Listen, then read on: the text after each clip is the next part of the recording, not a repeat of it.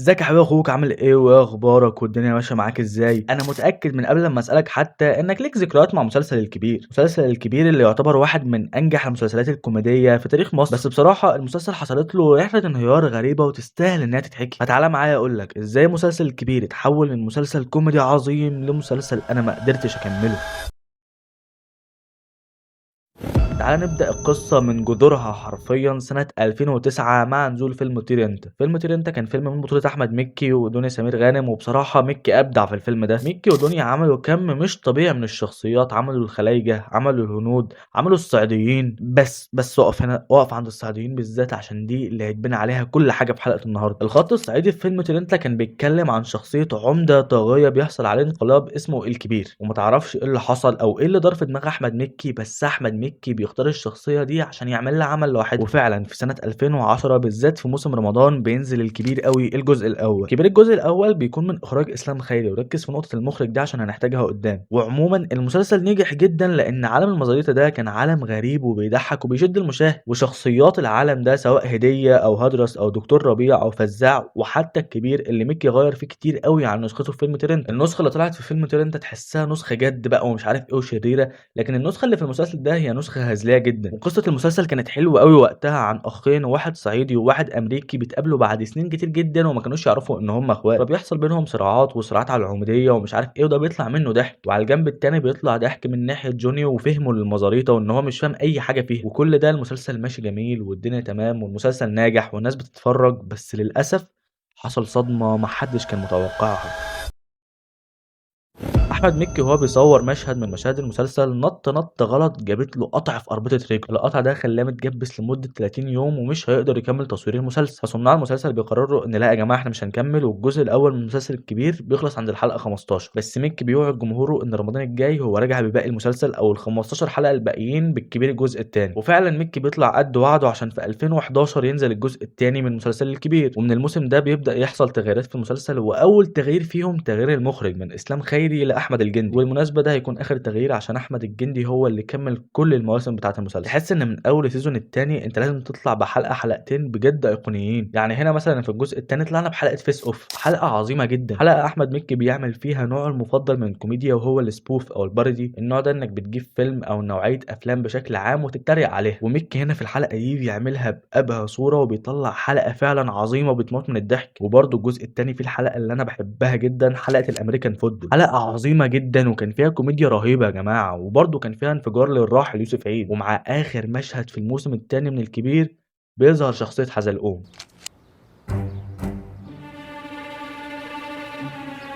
يا وقع مربربة،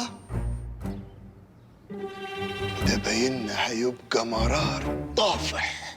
وهنا الناس بتتجنن، الناس عايزة تشوف ميكي بيعمل ال3 شخصيات الجامدين أوي دول في مشهد واحد قدام بعض، بس ميكي بيفاجئ الناس وبيقرر يتقل سنة واحدة عشان يرجع في 2013 بالكبير الجزء التالت. المرة دي الكبير بيبقى 30 حلقة، وكالعادة الكبير بيكسر الدنيا حرفيًا وبيخلي مسلسل كوميدي عظيم زي الرجل العناب لما ينزل قدامه يتظلم وما ياخدش حقه. ومن أبرز حلقات الجزء ده مثلًا حلقة المزاريطة جوت تالنت، الحلقة دي عظيمة جدًا برضه، وكعادة ميكي هو بيجيب حاجة مشهورة وعليها كلام وبيقعد يتريق ويهزر عليها ويطلع كوميديا عظيمة. بالمناسبة الحلقات دي كان فيها استعراض جميل جدًا لدنيا سمير غانم، وسمير غانم الله يرحمه، وبجد كان حلو أوي. وفي 2014 ميكي بيرجع بالكبير الجزء الرابع، أو زي ما أنا باحب أسميه آخر جزء عظيم للكبير. الجزء ده رائع يا جدعان يخرب بيته، وفيه كم حلقات أيقونية أولهم حلقة شمس الزناتي، كاد أجزم إن أنا باحب الحلقة دي وباضحك فيها أكتر من الفيلم الأصلي 100 مرة تقريبًا. وبصراحة مش قادر أتخيل اللي حصل للمخرج أحمد الجندي وهو بيعمل الحلقة دي، لأنك لو ما تعرفش فأحمد الجندي هو ابن الممثل محمود الجندي اللي كان عامل دور سلامة الطفشان في فيلم شمس الزناتي الأصلي. وبرضه من الحلقات العظيمة في الموسم ده حلقة المصيف، حلقة كلمة عبقرية عليها كلمة قليلة جدًا. يا جماعة ميكي في الحلقة دي انفجر كوميديًا وطلّع حاجات من أحسن ما عنده حرفيًا، وأكيد باقي الكاست كان في أحسن حالاته في ال4 مواسم كلّهم. وبعد 4 مواسم ناجحين ومكسرين الدنيا للأسف بتحصل مشكلة تانية بتواجه مسلسل الكبير. في 2015 قرروا إن هم هيعملوا الكبير الجزء الخامس، بس اللي بيحصل إن دنيا سمير غانم بتعتذر وقررت إن هي مش هتكمل في الكبير. هي لمّا اتسألت في البرامج قالت إن سبب الناموس والمزارات فيها ناموس كتير ومش عارف إيه، وأنا كنت شايف إن ده رد عبيط جدًا يعني. أنا ما أعرفش السبب الحقيقي، بس أنا بالنسبة لي السبب المنطقي إن هي وقتها نفسها بدأت تاخد بطولات، يعني حرفيًا لو أنا فاكر صح فهي في موسم الكبير الجزء الخامس كانت بتنافس بلهفة وكانت أنجح من الكبير كمان. أنا بصراحة باكره الجزء الخامس ده وباكره جزئية تركيا دي كره العمى،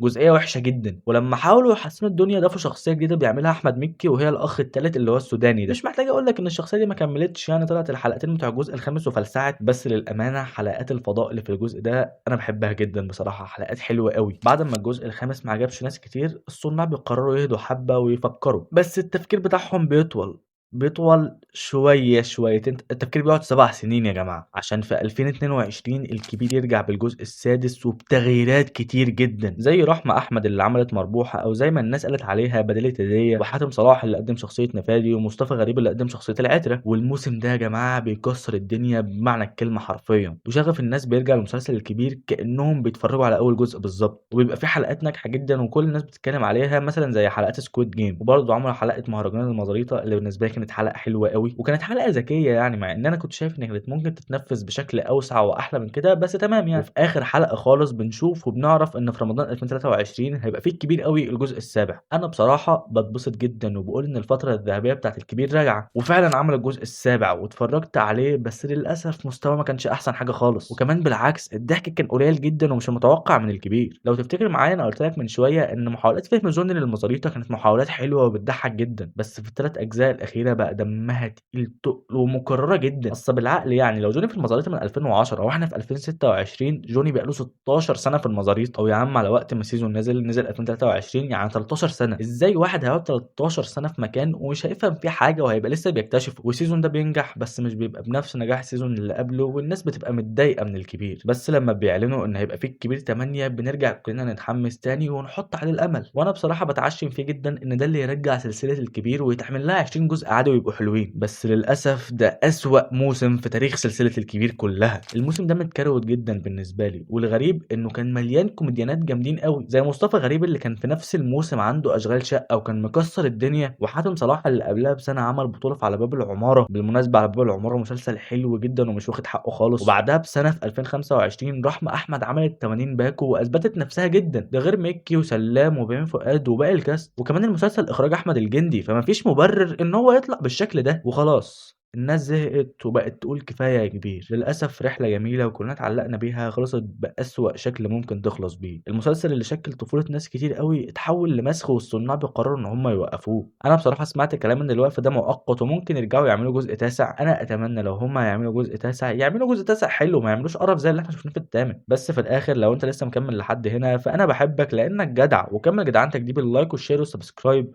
وبس كده، سلام.